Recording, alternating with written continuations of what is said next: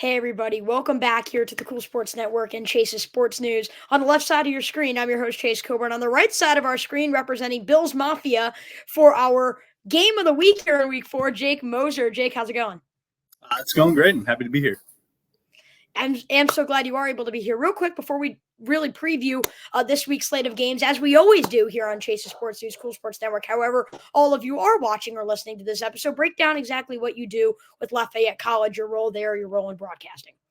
Yeah, of course. So I just started about a month ago or so, maybe like a month and a half, something around there. So my technical position title is publicity assistant. My main sport that I handle is golf, but I do assist with a bunch of other things. So the main one being football. Lafayette last year won the Patriot League title, so it was a very big year for them. So they're expecting good things this year as well too. Everything behind the scenes that you could possibly imagine, that's what I'm doing. So getting stuff ready for game notes, getting the game programs ready, anything like that, I'm taking care of it. So it's definitely been super cool. It's nice to see kind of what goes into really how these broadcasts are set up. So even though I'm not directly working in broadcast, on the broadcast side of things, I'm still doing a lot of information that is actually used in the broadcast. So our game notes are given out to media members every single week.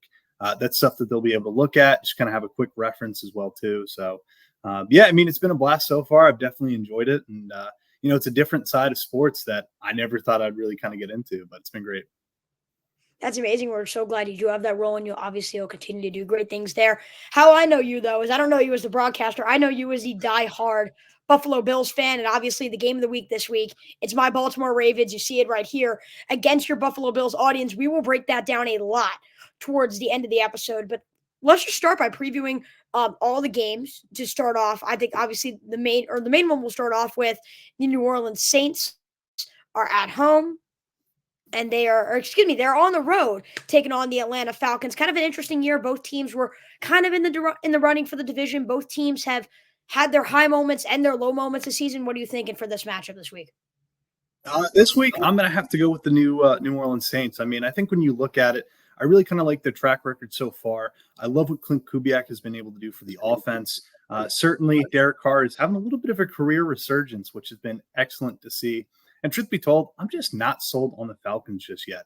I mean, I know they got the pieces there. They've got the talent. But certainly, I think you're still seeing Kirk Cousins trying to recover from his injury from last season. That does take a little bit of time to get used to. Certainly, he did suffer an Achilles tear there. Same with Aaron Rodgers. And even Rodgers to this point, we're not used to seeing a much more dialed back form of him. So until the Falcons can really get the run game going to help support Kirk, it's going to be tough sledding for him. And honestly, the Saints have surprised me. So I'm not sure about you, but I've definitely been a big fan of the Saints this year. I have been too, but I was just a little. I didn't like what I saw from them last week against Philadelphia. I mean, Philadelphia basically tripled their yardage. The Saints offense just wasn't generating much. And looking at how the Cowboys played, Deshaun Watson's the only quarterback they've really been able to manage. When you look at their defense, I don't know how much I want to buy into the whole Saints hype. I actually am going to pick the Atlanta Falcons. Now, I don't know the legitimacy of the Philadelphia Eagles, who beat the Saints. Falcons beat the Eagles. I obviously you can't go like that. It's obviously individual matchups. It's a divisional game. I don't know the legitimacy of the Philadelphia Eagles. The Falcons were, a few plays away from beating Kansas City on Sunday Night Football. I know obviously it's Mahomes. I don't know how good they are currently at this point in the season either. They don't really look amazing in my opinion. So this is an interesting matchup. I actually am going to pick the Atlanta Falcons in this one. I think Kirk Cousins, the weapons. I think Kyle Pitts finally has a good game. I think we've seen many things throughout these past few weeks, and I think they'll all kind of take that next step in this matchup. How about the Bears and the Rams? An interesting one. Two teams are kind of struggling. Rams been dealing with some injuries. Caleb Williams, though, just threw for his first touchdown last week. How are you feeling for this matchup in Chicago? I heard somebody earlier this week just kind of briefly talk about it, but he said that the Chicago Bears are playing backyard football right now. And I think that's a great representation of what they're doing so far. Truth be told, I wasn't really sold on Caleb Williams throughout the draft process. Certainly, I do think there are a lot of good qualities there. I definitely think he's going to be a solid NFL quarterback. But right now, I think he still needs to get his feet wet a little bit. He only threw 20 passes in the preseason. So, I don't love what I've seen so far from the Bears. Now, granted, they did have a lot of injuries last week, but you're going against the Indianapolis Colts. You had a chance to win that game all the way up until the fourth quarter. So for this one, I got to say, Sean McVay, he was down a lot of weapons last week, mainly Cooper Kupp, mainly Puka Nacua, as well as a variety of offensive line injuries. I'm going to have to go with the Rams again. That was a big win over the Niners. I think they continue this momentum.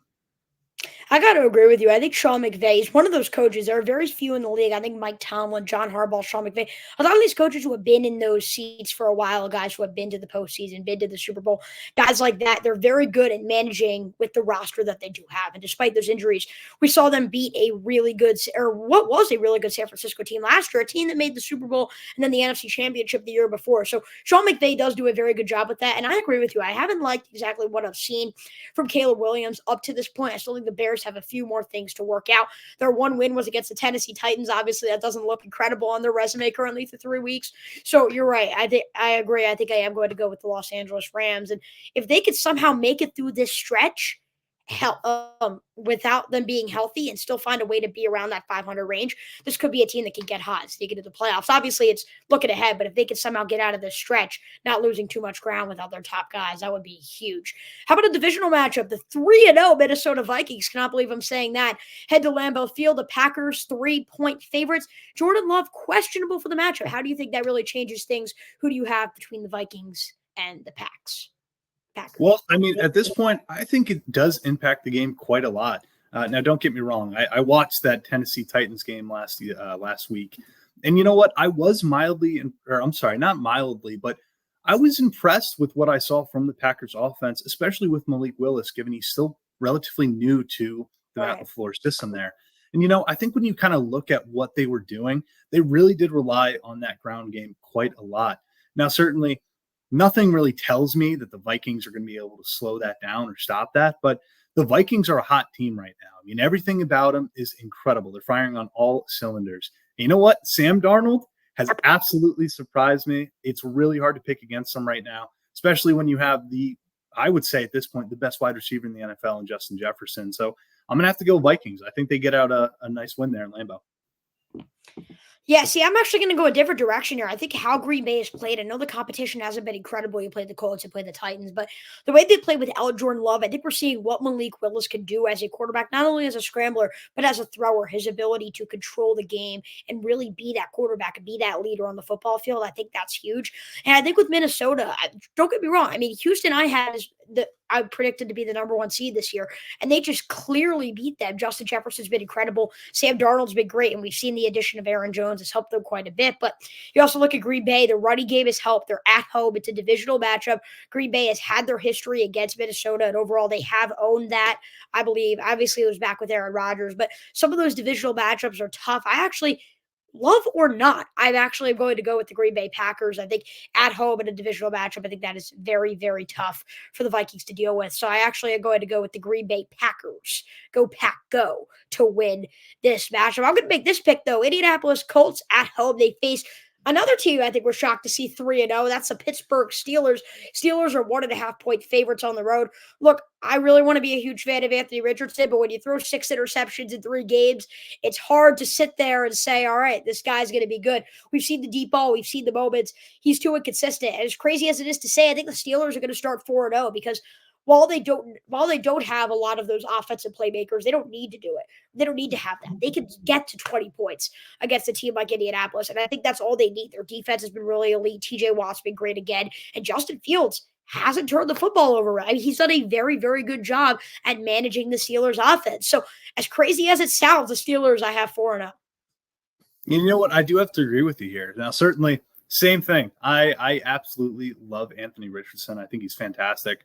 Week 1 was the perfect taste of what he can be. He can be lethal with his arm, but his legs as well, too. But week 2 against the Packers, no less, he only mustered 10 points against them. So you're absolutely right. I mean, the turnovers right now are a huge issue. And this is also a guy who didn't have a ton of experience in college at Florida. So until Anthony Richardson is able to really kind of stick around for a full season, even last year suffered the injury, I believe shoulder injury, clavicle, something like that. Until we see him get a full year of football under his belt, you're going to see a lot of these games. And right now, you're absolutely right. The Pittsburgh Steelers are absolutely fantastic. Justin Fields is also having a great year, which never thought I'd say those words, let alone the Steelers being 3-0, especially the way Right. they played so far. So, yeah, I do have to agree with you. I think the defense has been fantastic. And Justin Fields, he's playing turnover-free ball right now, and that's what they need. You mentioned Anthony Richardson. A comparison a lot of people give him is Josh Allen, right? Josh Allen early in his career, we saw the tools of what we're seeing now, which is the deep ball. It is the scrambling ability. It's his ability to extend plays. But even still with Allen, not so much this season, but in previous years, turnovers has been a problem. Do you really think that comparison is the right one between Richardson and Allen? I definitely think it's an interesting one. And unfortunately, I think once we kind of saw Pat Mahomes and Josh Allen enter the league there in 2017 and 2018, respectively, everybody's looking for that next guy, right? The quarterback who fits the prototypical build. He's tall, he's got weight on him, but can also scramble. He's got an arm. I have to say, I think in terms of the quarterbacks around the league right now, I think it is a solid comparison because I think it's a little bit of the same. It's a little bit of the same there, situation wise, especially, given the fact that Josh had a couple of injuries back in college, right? He wasn't really able to Right. play a ton of seasons fully healthy. Good point. But I also do think it's a little different though, as well, too, because I think when you look at it, Anthony Richardson so far, again, it's the limited starts. Josh Allen, in this case, for the most part, he's been pretty healthy in his career in the NFL. So, and I think it's, again, very similar to the fact that Josh was able to play in the league for a couple of years. And now we're kind of finally reaching that point where he's playing turnover free football as of right now, of course. But I mean, yeah, he's been able to kind of cut back on the stupid plays, right? The boneheaded plays. And I think Right. once Anthony Richardson learns how to trust his team, I think you're going to see a lot of similarities to Anthony Richardson now and years 1 through 3, Josh Allen.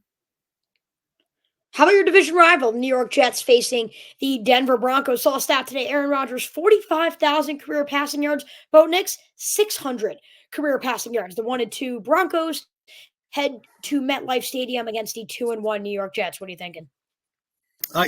When I kind of took a look at the AFC East and I was thinking about where I thought teams were going to finish, I did have the Jets, excuse me, finishing second in the division. But granted, there's still a lot of pieces that I'm very concerned about. And you know what? Right now, we're not seeing the perfect form of Jets football. I think there are still a couple of things that they have to work out. Obviously, week one, that was a big loss to the Niners. They just looked completely outmatched. And the Then they're Niners don't able to. look good either right now. Oh no, absolutely not. A little bit of Super Bowl hangover, but I mean, I think once Aaron Rodgers gets more comfortable, same thing to Kirk Cousins, right? Once he gets more comfortable on that Achilles, starts to trust his team a little bit more, I think it's going to be good. And one thing last week, mentioning those 45,000 career passing yards, last week was his first touchdown to a wide receiver that was drafted in the first round to Garrett Wilson. In this case, though, I'm kind of surprised the Broncos pulled out a win last week. I think I have to go Jets here. I think the Jets across the board are just the much more talented team in every facet of the game. And certainly, now they got that surprise win last week against the Buccaneers, but I just don't know if the Denver Broncos can keep up.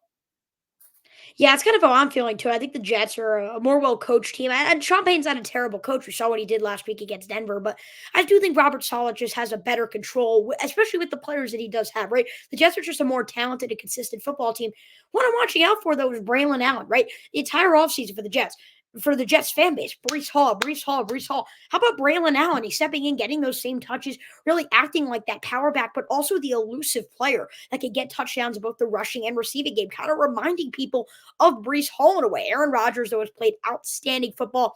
One interception that really wasn't on him in week one. So he's played essentially turnoverless football. Again, that week one loss does not look good.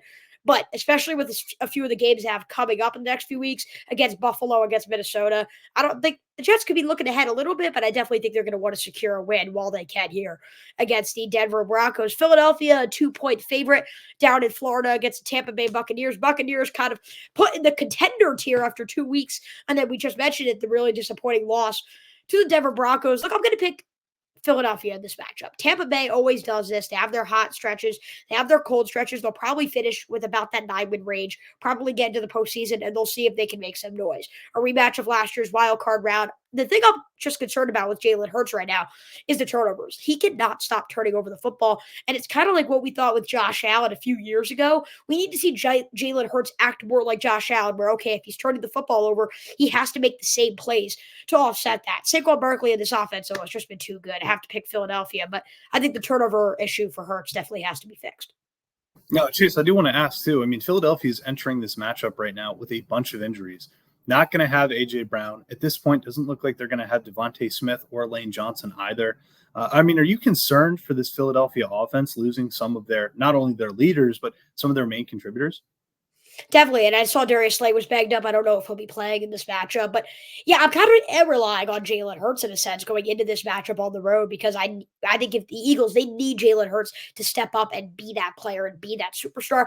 We saw what Dallas Goddard did last week, but frankly, I'm betting on Saquon Barkley because even without Lane Johnson, the Eagles have so many pieces on the offensive line, especially against a suspect Denver Tampa Bay team that we saw lose to Denver last week. I think Tampa Bay has many weaknesses on defense and Philadelphia will be able to exploit. I think this is a game where they run the ball. You're without some of your best offensive playmakers. I think the Eagles pound the ball and take this one. But where are you going? 2-2-1 squads. Who gets that third win this week?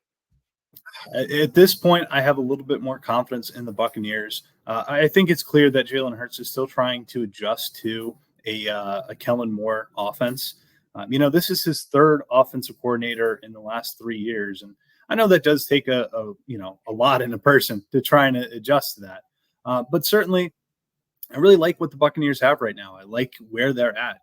They're not really being thought about in the NFC South. And I think that's a perfect spot for them. There's not a ton of pressure on them right now. Todd Bowles has this team playing absolutely incredible. Yes, I know they lost last week, but I think they're going to be able to rebound nicely. And let's face it, too. Jalen Hurts has not had a good history of success against Todd Bowles-led defenses.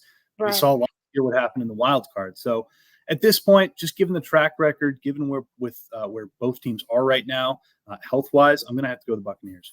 Yeah, even you look a few years before the wild card round back in 2021, Buccaneers also took that matchup. How about, speaking of revenge games teams definitely want to win. How about games players definitely want to win? Andy Dalton hosts the Cincinnati Bengals this week. This is going to be – I actually think this is going to be a great game. I mean, right now, Panthers, same situation, right? A lot of people aren't really thinking about them. If they're thinking about them, it's not for the right reasons. I think a lot of people are still caught up on this idea of Bryce Young, first-round pick, just last year. He was the first overall pick. What's going to happen with him? What does his trade value look like? I think this is exactly where the Panthers want to be. Teams are not thinking about them whatsoever. And for Andy Dalton – this is a great opportunity to get his revenge, to really showcase that he can still be a quarterback in this league. Now, with that being said, it's going to be really tough for me to try and justify giving them a victory here, especially considering, they played the Las Vegas Raiders. Lost my train of thought there for a minute. And the Raiders, really outside of that Ravens game, have not looked all that impressive. Right. And, for that case, I take a look at the Bengals. I don't like the Bengals. I know you don't like the Bengals either, but unfortunately, I'm going to have to give them a victory. I think they're going to be able to kind of right the ship. I think if the Bengals reach 0-4 this week, it's going to be absolutely horrible going forward. I think that's going to be weighing on everybody's minds. They've got to do their best to be perfect the rest of the way. And we're not even at the halfway mark of the season. So at this point, I think the Bengals are able to get a win. And purely, I think it's because they absolutely need to get a win. Right. Yeah. I mean, one loss to Kansas City, but if you go your first 3 weeks 0-4, it's not like you're playing your best 4 teams then at that point. If you're playing Carolina, Washington, and New England, and you lose all 3 of those games, you're 0-4. I think Dan Orlovsky said if you're 0-4, who knows what happens at the trade deadline this year. I think the Bengals need this win. I'm kind of going where you're going, right? I think Andy Dalton has kind of found something in this Panthers offense. We saw what Chuba Hubbard did last week. He's incredible. He's been incredible. He's shown those flashes, and I think he could have a good rushing day against Cincinnati. Cincinnati's defense just hasn't looked good this season if you look at their games. But the Bengals just need this. And there's something about Joe Burrow. He hasn't been bad this year, but he is going to elevate his game to the next level with his team at 0-3. He needs to make sure that this doesn't just go from the usual Bengals cold start to something that could become much worse and something where you're trading pieces and you have to go back to square one. So he's one of the highest paid quarterbacks in NFL history. I think Burrow steps up. I think he takes the win. Jaguars, Texans. Now, you asked me at the beginning of the season, I'm thinking this could be one of the top matchups in week 4. A team in Jacksonville last year when healthy, in the running for the number one seed. Houston, a team many people had on their radar, just like me, for the number one seed. Both teams do not look good right now. So I'm just going to pick the team that looks better, and that's Houston. I think Jacksonville looks bad. And I don't know if you agree this or to the same extent, but yeah, Jacksonville just does not look good right now. I have to go Houston. Well, you know what? I think it's an interesting point that you bring up because, yeah, I mean, it is the case of which team looks better right now, which team do you have a little bit more confidence in. And I absolutely do have more confidence in the Texans. That's why I'm going to pick them to win this week. Although I wouldn't be shocked if they are on upset alert. I mean, I don't know. It's just, for me, the Texans this year have not impressed me whatsoever, Agreed. especially Yeah. last week. It was a very lackluster performance. The Vikings absolutely were just able to control that game from start to finish. And to me, I think that is a little bit of a red flag, especially if you take a look at what the Texans have done this year, who they have victories against. I mean, they barely beat the Bears 19-13 there. So I am a little concerned about the Texans right now. I did see them taking a step back, certainly this year, especially in CJ Stroud's second year there in the league. But I don't know. I mean, I still have confidence in them. Again, I think they're way too talented to lose this game. But at the same time, I could also see Trevor Lawrence and Doug Peterson engineering a little upset win. Absolutely. Real quick, and now we go to these 4 o'clock games. Let's do rapid fire picks. Cardinals, Commanders. See Kyler Murray, Jaden Daniels, two of the best younger mobile quarterbacks in the league. What are you thinking for this game in Arizona? I've been really impressed by what I've seen out of the Cardinals, but I've been even more impressed by what I've seen out of the Commanders and Jaden Daniels. Give me the Commanders to win this one. I like the Commanders, however, they've beaten two teams that do not look as incredible. I think the Cardinals, they showed that win over a Rams team that has shown to be resilient. Not only did they beat them, they dominated. I'm calling for a huge game for Marvin Harrison again. I think Kyler Murray over under 50.5. Give me the over, but in favor of Arizona. New England versus the 49ers, right? Wins in week one, back-to-back losses in week two. The Niners, a 10-point favorite at home. Is that too high for you? No, I think that's perfect. In fact, I actually think it's a little bit too low. Until the Patriots fully make the switch for Drake May, I'm not confident in that team whatsoever. Yes, week one was a cool victory there, but at this point, give me the Niners. Yeah, I think I got to go the 49ers too. Another one of those coaches is Kyle Shanahan. He can be resilient. He can work without those weapons. We're really starting to learn, right? What kind of quarterback is Brock Purdy at this point? But I don't trust New England. I think a lot of Jets fans. This also talks about the legitimacy of the Jets. We see what the Titans have done, and we've seen what the Patriots have done. And I don't like a lot of what I've seen. I do have to go San Francisco here. I cannot see them falling to 1-3, especially in a matchup like this. Let's do more rapid fires for these 4 o'clock games. We have the Browns and the Raiders. Again, two teams, a week two win. Outside of that's been very shaky. I'm not confident whatsoever in Deshaun Watson and the Cleveland Browns at this point. I do think Antonio Pierce is going to have these guys playing fast. I think he's going to have them playing early. I think they're going to be on their game. Give me the Raiders. Yeah, I got the Raiders too. I think Max Crosby is going to have a field day getting to Deshaun Watson. Deshaun Watson just has struggled this season. Even in that win against Jacksonville, Watson did not play well at all. The offense didn't really play well. I think the rushing attack has taken a step back. I'm looking at this Las Vegas Raiders team and saying, okay, can they put together the show that they put on against Baltimore? And we saw what Gardner Minshew did, fighting Devontae Adams, fighting Brock Bowers. If they could do that, then I'm going, like I think they will, that I am going Las Vegas. Kansas City, Los Angeles. Chiefs are a 7-point favorite. I'll start this off. Look, the Chiefs have not looked good. They've won their last 9 games, including the playoffs, by a point differential of plus 54 points. That's the lowest point differential in a 9-game winning streak in the history of the National Football League. Again, some of those games are the playoffs, some of those games are the Super Bowl. I'm not going to be the guy to bet against Patrick Mahomes and pick his first loss this year. Pick their 2-time reigning champs' first loss this year. So I am going to pick Kansas City, but I've seen what J.K. Dobbins can do on the ground. If Justin Herbert can stay healthy and be good enough to manage this game, the Chargers at home, I wouldn't be surprised if the Chargers could sneak away with a win. I think a 7-point spread in favor of KC is definitely too high. No, I agree. I absolutely think that's a little bit too high. I think they need to dial it back just a bit, especially because the Chargers have been absolutely fantastic, especially when everybody is healthy. But given the fact that not everybody is healthy, I am going to have to agree with you here. I'm not going to pick Pat Mahomes to lose his first game this year. So give me the Chiefs. Yeah, obviously the Bills have had their history with Patrick Mahomes and the Kansas City Chiefs. I think the Ravens have too. You look at last year, you look at the toe in week one. So both of our fan bases have not exactly enjoyed the thrill of Patrick Mahomes winning. Right, usually we move on to the Sunday night game here, but we're going to save that for the end here. We have a Bills fan on the right side and a Ravens fan like me on the left side. Why don't we start off, though? Let's go quicker here. Titans and Dolphins, two teams that have not looked good. Dolphins, obviously, without their quarterback. Are they riding with Skylar Thompson? Do you go with Snoop, Tyler Huntley? I have no idea. I think it's a really crazy matchup we have going on here on Monday Night Football. No, I absolutely agree. And I think at this point, the last that I heard, Tyler Huntley is expected to get the start. It's the way that the Dolphins are currently leaning right now. And unfortunately, they've had their season derailed so far.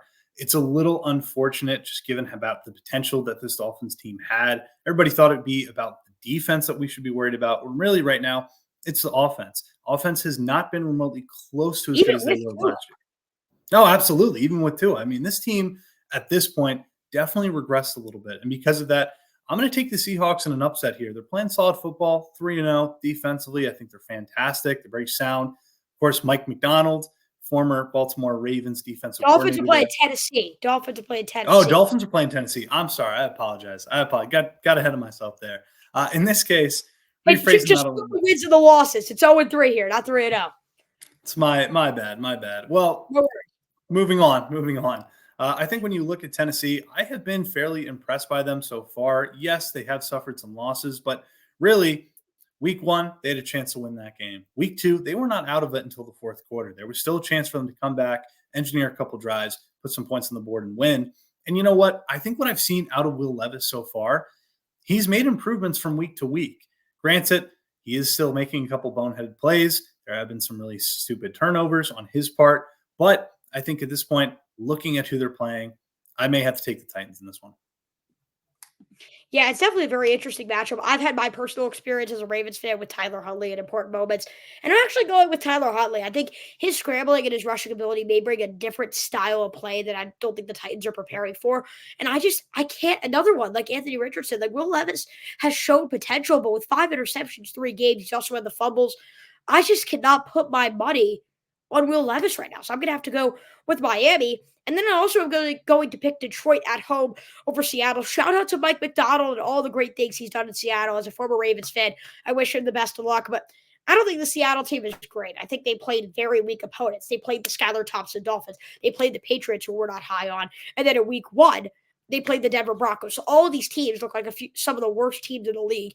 I'm going to pick Detroit. I still believe Detroit is the most well-rounded, well-constructed roster in the National Football League. A tough start for Jared Goff. If he can get it going, I think Detroit wins this one. I apologize. I don't mean to look away. I just wanted to check the stats. And no, I think you're absolutely right. I think the Detroits are a very well-rounded team, although they are dealing with a slew of injuries right now. Frank Ragnow already ruled out for the game. They've got a couple of their defensive backs that are hurt, injured. I believe Alex Anzalone as well, too. Yes, he's questionable with a concussion. And you know what? Exactly what I was saying before, my little mess up there. Same things apply. I mean, this Detroit offense was supposed to be explosive. I mean, last year they definitely impressed us. This year, they've scored 26 points, 20 and 20. So they have not been remotely close to hitting what they were last year. They were much more impressive, much more explosive. And going back to the whole Mike McDonald point, I mean, right now, he does have the Seahawks playing really, really well. They're second in total yards allowed, third in passing yards allowed, middle of the pack at 15 in rushing yards, but have given up the 4th least amount of points in the National Football League. That says something to me. And for a Lions offense that's about middle of the pack offensively, I'm going to have to go with the Seahawks. I like him getting an upset here. I like him going into Detroit. I think they have a shot. All right. We've been waiting all episode to talk about it. Let's head to our game of the week. It's the Baltimore Ravens. It's the Buffalo Bills. Jacob Moser, I brought you on here. I know how crazy you are about your Buffalo Bills. I brought you on here to talk about this game, to preview the Sunday night football matchup. Currently, as we stand, Baltimore, they're at home. They're a 2.5-point favorite. Though there is a clear argument to say that Buffalo has looked like the best team in football. Before we get into our predictions, explain what has gone right for the Bills thus far this season from a Bills fan's perspective. Well, I mean, I think a lot has gone right, a lot better than a lot of people anticipated in the national media. And I think when you look at it, Josh's comments the other day were absolutely correct. This is a team right now that is playing very selflessly, right? They don't really care about who's getting the stats, who's putting up the numbers. That is not a dig at Stephon Diggs whatsoever. but it's the pure matter of the fact, right? It's a different guy stepping up every single game. Last week, Khalil Shakir. Week 2, Thursday Night Football, it was James Cook. It's different guys who are making impact plays week in and week out. And I think that's absolutely fantastic. The offense is playing great. You've seen Spencer Brown really start to take a step forward in his career. We were hoping it would happen. It has happened so far. He allowed, I think, on 35 pass rushes last week, allowed 0 pressures. That's very, very impressive. That's exactly what you want to see out of him. When you look defensively, what they've been able to do, Bobby Babich, the new defensive coordinator, I have been absolutely ecstatic, right? He has these guys playing right now at a high level of football, allowing 10 points over the last 2 games. That's it. They've only allowed 10 points to the Jaguars. They've only allowed 10 points to the Dolphins. Granted, I know the Jags are the Jags, but what they've been able to do is they've been able to make some incredible adjustments, even with key injuries to Matt Milano, Terrell Bernard, Taron Johnson as well, too. Right now, Christian Benford is the second best cornerback in the NFL, according to PFF. Jamarcus Ingram, undrafted product out of the University of Buffalo, go Bulls, playing as the 15th best according to PFF. That is huge. When you're able to get that type of production out of a guy who was drafted out of Villanova in the 6th round and an undrafted product, I mean, that's absolutely fantastic. So they've been able to make adjustments. They're playing really well right now. Been very impressed. Everything is firing on all cylinders. It's been fantastic to watch. It has been. And as someone who hasn't been as close watching Buffalo, you can just tell they struggled in the first half against Arizona. Since then, it's been all Buffalo, and they frankly dominated all the games they have played. They shut down Miami's offense, even when Tua was playing. We saw James Cook step up. We saw Khalil Shakir. I think Keon Coleman can step up at any given time. They just have so many weapons on this offense, and I actually think it works better for Josh Allen that he doesn't have that Stephon Diggs or that personality in the locker room that he feels like he has to go to. And I think Josh Allen can work with these weapons. That's why I had Buffalo winning the AFC East, even though they did lose some pieces during the offseason. But the Bills look great right now. From a Baltimore perspective, I mean, the Ravens could be 3-0 right now. They just have not played to the level I think they could play at. There's been a weakness each game, and now we've seen back-to-back games. Ravens have struggled to close out games in the fourth quarter. We've now seen this over a multiple-year period. John Harbaugh and this Ravens team just cannot figure out a way to score enough points to really separate the game enough. Or even when you're up 19 with 9 minutes to go, 22, with 9 minutes left in the fourth quarter, the Ravens defense and the secondary specifically just falls apart in the fourth quarter. So I find it's kind of hard to think that Baltimore can play this game against a Buffalo team that plays four quarters and get a win. Now, has Lamar Jackson been fantastic? Yes.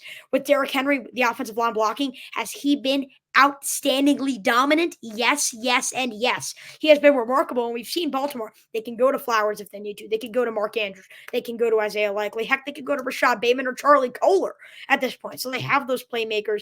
Defensively, they do need some work. But Baltimore could easily be 3-0. You're a toe away against Kansas City, and then you blow a game you really had won. You really had the game. It was over, and the Ravens simply blew it in the fourth quarter to Las Vegas. So a lot of things that you could think about going into this matchup, but I talked about closing the game. If the Ravens cannot close this game, the Ravens are not, I don't care if it's home or not, I don't care if they're favorites, they're not going to beat Buffalo. So that's why I'm going to do something that you did not expect when you came on here. I'm going the Bills. Wow. On Mars? You're kidding me? I'm not picking Buffalo on Mars. Give me my Ravens, baby. Are you kidding me? Come on, look. The weaknesses in the fourth quarter, yes, they are there. They're 1-1 the regular season. The Bills had their number in the playoffs many years ago. Look, Lamar Jackson has it this year. He's playing like the MVP. Again, Derrick Henry's playing well. I think Baltimore goes out. I think it's a rushing offense. I think it is the game of the week like we are saying it will be. But give me the Flock Nation, baby. Wow. I mean, that is just absolutely electric. If that doesn't get you fired up for Sunday Night Football, I don't know what will. Absolutely incredible. Now, of course, this is your show, so I do want to be respectful. For me, when I take a look at the Ravens, whatever you want to say. Go for it. I appreciate that. No, but I mean, when you take a look at the Ravens right now, they do have a bunch of injuries. You can speak better to it than I can, but certainly Andrew Voorhees, questionable with an ankle injury. Jalen Armour-Davis, questionable with an ankle injury. Tyler Linderbaum was kept out of practice yesterday. Limited participant today, but again, questionable with a knee injury. And hey, I do have to give a very quick shout out to linebacker Malik Ham, was actually a product of Lafayette College, undrafted free agent there. Been injured the last couple of years. Side note over. But when I take a look at this Ravens team, I mean, yeah, you're absolutely right. This is a team who, in my mind, should absolutely be 3-0. I think it's just a little confusing to me how they're even at this point right now. But I think when you take a look at the stats, there are a couple questionable things right now for me. Defensively, the Ravens have had a step back, 23rd in total yards allowed, 32nd in passing yards. They are the first ranked defense for rushing yards allowed, but 24th in points given up. And even just taking a look at the Bills defense, 8th in total yards, 11th in passing yards, 16th in rushing yards, 7th in points allowed. A much better defense than I think a lot of people anticipated.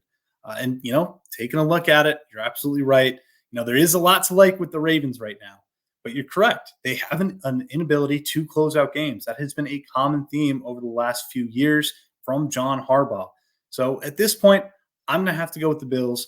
I think the Ravens are banking on Josh making a turnover. And outside of the fumble in week 1, that is it. He has not turned the ball over. He has not thrown an interception. He has not made boneheaded plays. I think the Bills just have one too many playmakers. Josh completed 10 passes to 10 different receivers last week. That to me is absolutely incredible.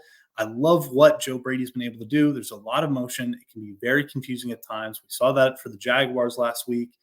At this point, I think the Bills are the better team. Maybe not the more talented team, but I think right now with the way that they're playing, I don't think talent matters in this one. And let's be honest here. Josh Allen is the second best quarterback in the NFL. I would call him the first, but the second best quarterback in the NFL at this point. That is a guy who can truly do it all. As long as the Bills do what they need to do defensively, filling the gaps, it's going to be a rough game for Lamar. I truly do believe that. They've always had Lamar's number, and I think it's going to continue again this week. Give me the Bills. Go into Baltimore. Get a victory for Bills Mafia. We'll see what happens. It's going to be a great game. But just to let you know about your second best quarterback, Lamar Jackson is an MVP for each person on the screen here right now for two people. So, we'll see what happens. It's two of the best quarterbacks in the NFL facing off. Ladies and gentlemen, those were our picks for week 4 of the NFL season. Jake Moser, thank you so much for hopping on. Best of luck to your Bills this weekend on Sunday Night Football. Awesome. Thank you. Thank you so much for hopping on. All right, we will wrap up the episode here. Thank you guys so much for watching. As always, go Flock. Alongside Jacob Moser, I'm your host, Chase Coburn. We'll see you next time right here from the Cool Sports Network. Go Ravens.